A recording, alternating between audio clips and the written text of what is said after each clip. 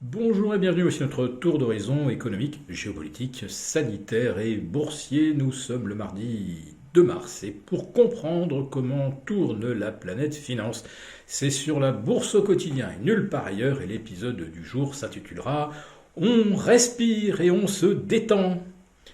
Bah oui, quoi, on a bien le droit de faire preuve d'un petit peu de légèreté dans un contexte où on entend parler de nous sommes en guerre, où nous allons livrer une guerre totale à la Russie, à son système financier, et le peuple russe va le payer très très cher. Peuple russe qui, dans son immense majorité, aspire à la paix, comme tout le monde. Donc, on commence à voir un petit peu les conséquences de cette fameuse guerre économique et financière. Voilà, Apple ne livrera plus de composants en Russie. Visa, Mastercard et American Express suspendent les paiements par carte pour les banques russes. Le sidérurgiste Severstal arrête de livrer de l'acier en Europe.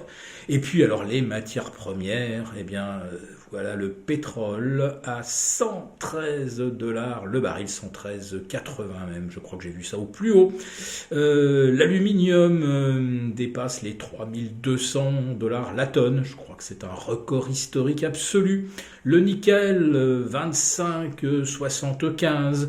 Le prix du mégawatt produit par le gaz atteint pratiquement les 200 euros. C'est également un record absolu. Et l'inflation en zone euro atteint 5,8% au mois de février, après 5,3% au mois de janvier, avec de l'énergie qui a explosé, plus 31,7%. Alors oui, on respire et on se détend, ça va bien se passer. Le pétrole est au plus haut maintenant depuis plus de 8 ans.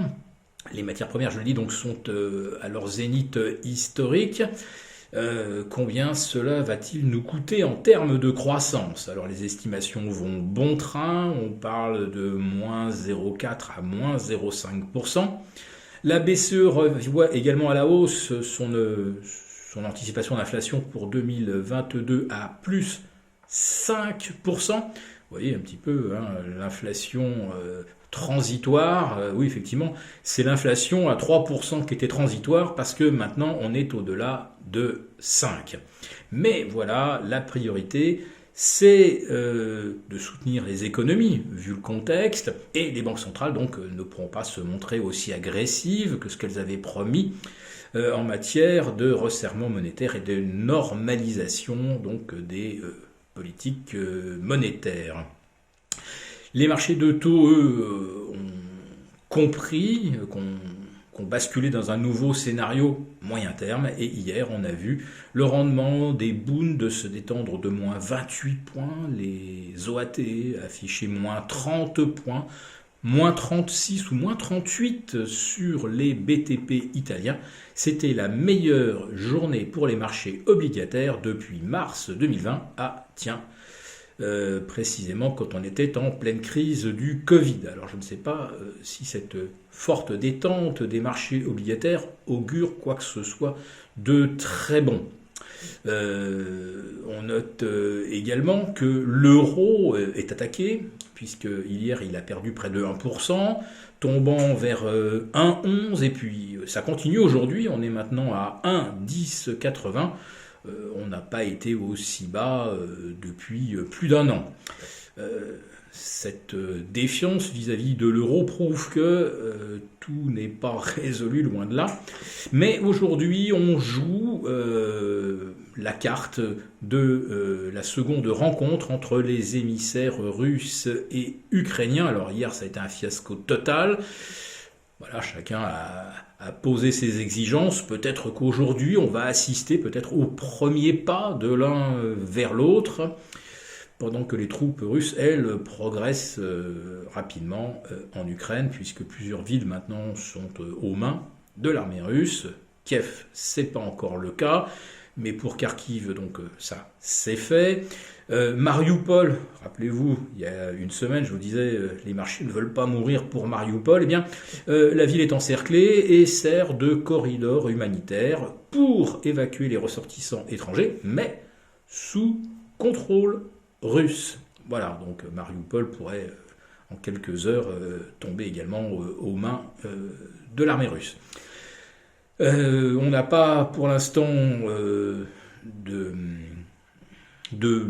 bilan précis des victimes. Il y en a toujours trop, naturellement, mais au moins, aux yeux des marchés, on n'est pas face à un carnage qui pourrait évidemment entraîner de nouvelles sanctions, escalades dans les échanges entre l'Europe, l'OTAN et la Russie. Alors on essaie effectivement de se rassurer comme on peut.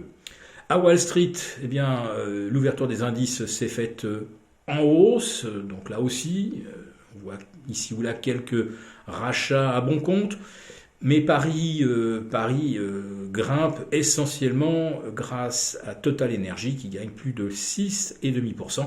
Avec un baril à 113 $, on comprend bien pourquoi. Donc la hausse de Total Energy, c'est pas forcément un très bon signe en général pour les marchés. Il est clair que si les matières premières devaient retomber un peu, ça permettrait peut-être aux indices de tenter de retrouver leurs anciens seuils de soutien. Le CAC 40 remonte vers 6450. Si on pouvait tenir au-dessus à la clôture, ça permettrait peut-être d'envisager une poursuite d'un redressement des indices à condition qu'il n'y ait pas de mauvaises nouvelles. Voilà. Donc pour l'instant, il n'y a pas d'actualité qui tétanise les marchés, et plutôt une bonne surprise là avec les créations d'emplois aux États-Unis dans le secteur privé, 475 000, c'est mieux que prévu. Alors dans un marché qui remonte, évidemment, le mieux que prévu, on aime ça. Voilà, donc pour l'instant, on respire, on se détend, mais on reste vigilant. Si cette vidéo vous a plu, n'hésitez pas à nous mettre un pouce, on vous retrouve demain jeudi, ainsi que nos abonnés désaffranchis pour le live.